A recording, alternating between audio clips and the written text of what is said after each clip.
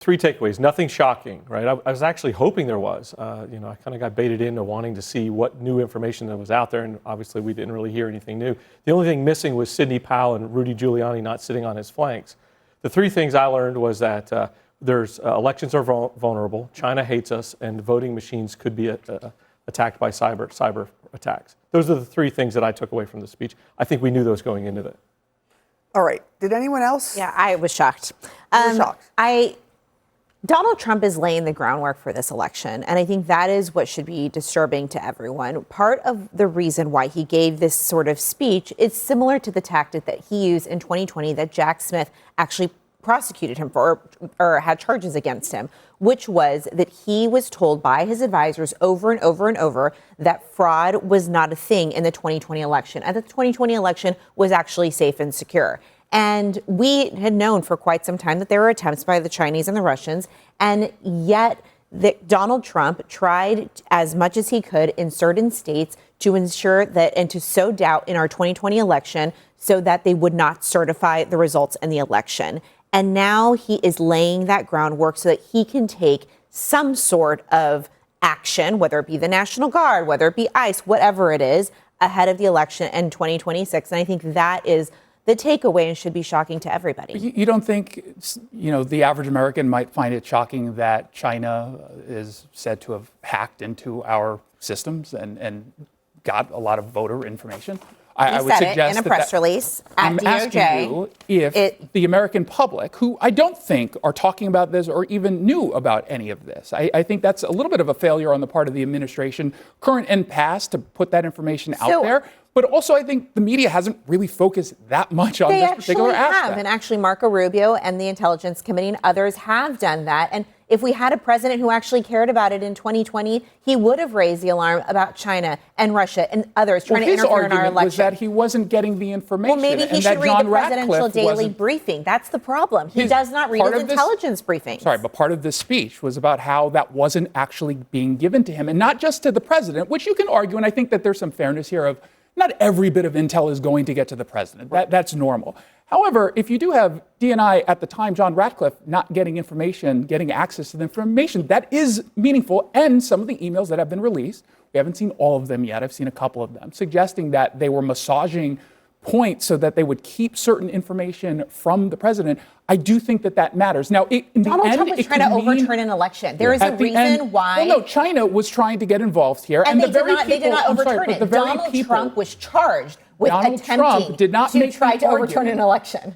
Donald Trump did not make any argument tonight about that election being overturned as a direct result of any of this. Every Democrat who told us what was going to be in this speech, they were all wrong. All of their talking points completely fell apart. And so now they're coming out and they're saying that there was nothing here at all. Everything that was said tonight is total nonsense. But you're pointing out it's not actually total nonsense. Some of this is known. But I think if I could add, I think a big distinction you have to draw is between election interference and election influence, right? Sure. Interference is about actually changing votes. The Jan 6 committee talked exactly about this. Right. There was not interference, and Donald Trump today did not allege there was interference. Correct. The election results were appropriate. Joe Biden won fair and square. Election influence is done all the time. It's done in every election. That's not remarkable. Is it important for our government to be aware of it, take action to protect our elections, even from influence? That's correct. But to your point, yeah, but that's not what the president alleged tonight. He talked specifically about that. He did not allege that our elections were hacked in a way that impacted the result. And to your point, I think it's ironic that the president here is focused about election integrity, where the person that has been the biggest threat to attacking our election integrity, the security and the comfort we have in our elections, and trying to overturn the votes of American citizens is the president. He is the one who is taking action through challenging court decisions, to undermining Department of Justice, to undermining congressional action, and leading to a violent insurrection that led to deaths.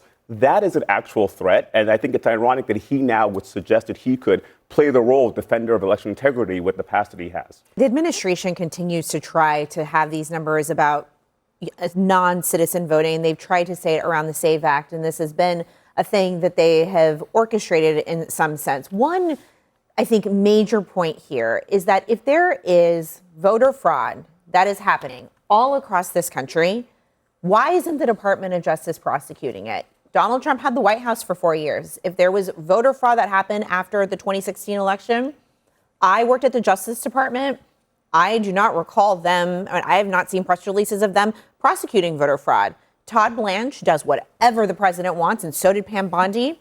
Still have not seen that. In my home state of Texas, show me the proof. What has Ken Paxton actually prosecuted, instances of voter fraud? They claim there's all this voter fraud, but where are the prosecutions is my question. You know I love you, so I'm going to say this gently. That was brilliant sleight of hand, because that's not what the clip was about. It was about getting registered. Now, we agree that But they should do not, say hold it's on, hold voter on. fraud. At least they're saying it's leading to voter fraud. To register as someone who is ineligible to vote is wrong. We all agree with that.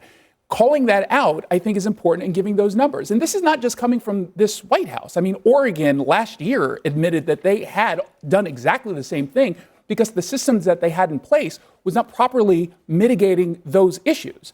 We should be calling this out. We should get to a point where that is zero. I don't believe that there's been massive voter fraud that has changed any election.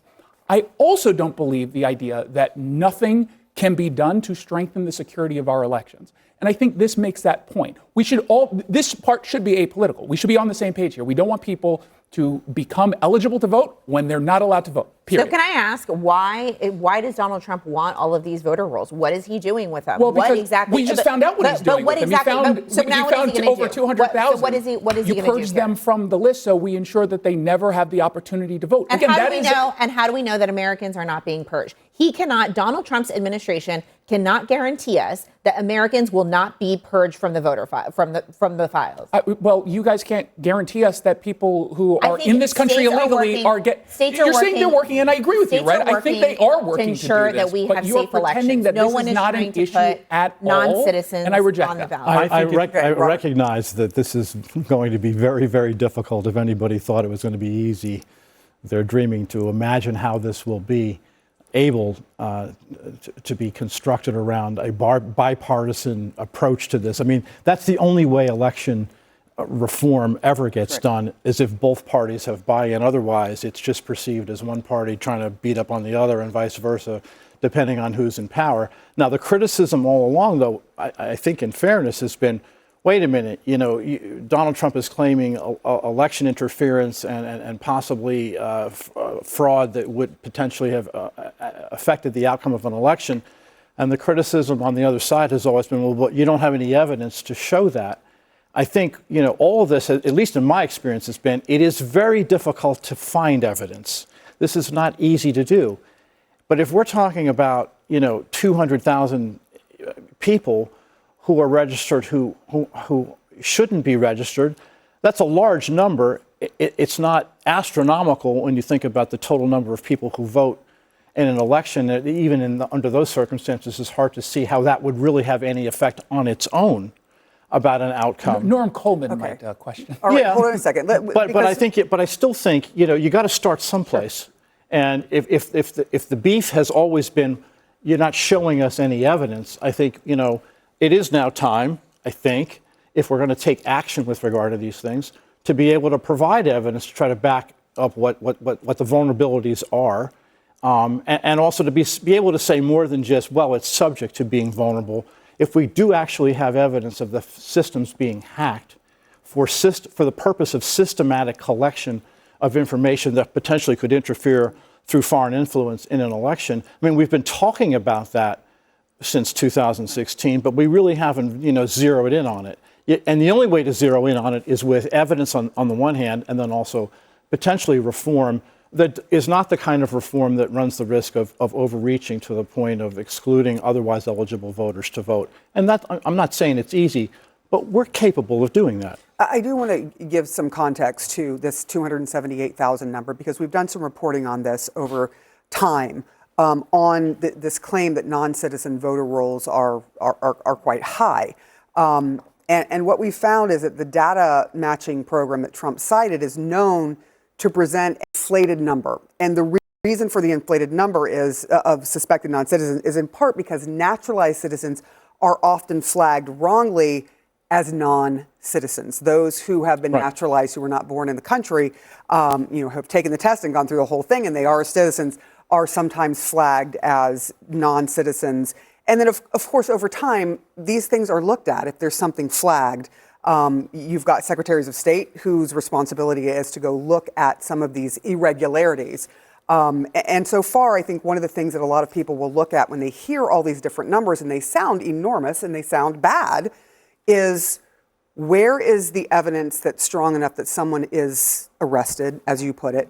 And if it isn't affecting the actual election, then why are we blowing this up every single time and only blowing it up over one single election, which was the 2020 election? I haven't heard him complain about when he won in 2016, and we certainly did not hear him complain about huge election fraud in 2024. Because if there was huge election fraud, it may have gone He is against pushing him. the Save America Act, despite having won both the popular vote and the electoral college vote. So I do, that's an important piece I of understand, Well, but because you he knows don't he's gonna hear him lose in disputing 2026. his own wins. You only hear him disputing his loss. And that's why a lot of Americans look at this and go, it's partisan, no matter which side you're on, right? You pick a side. Yep. That's right. All right.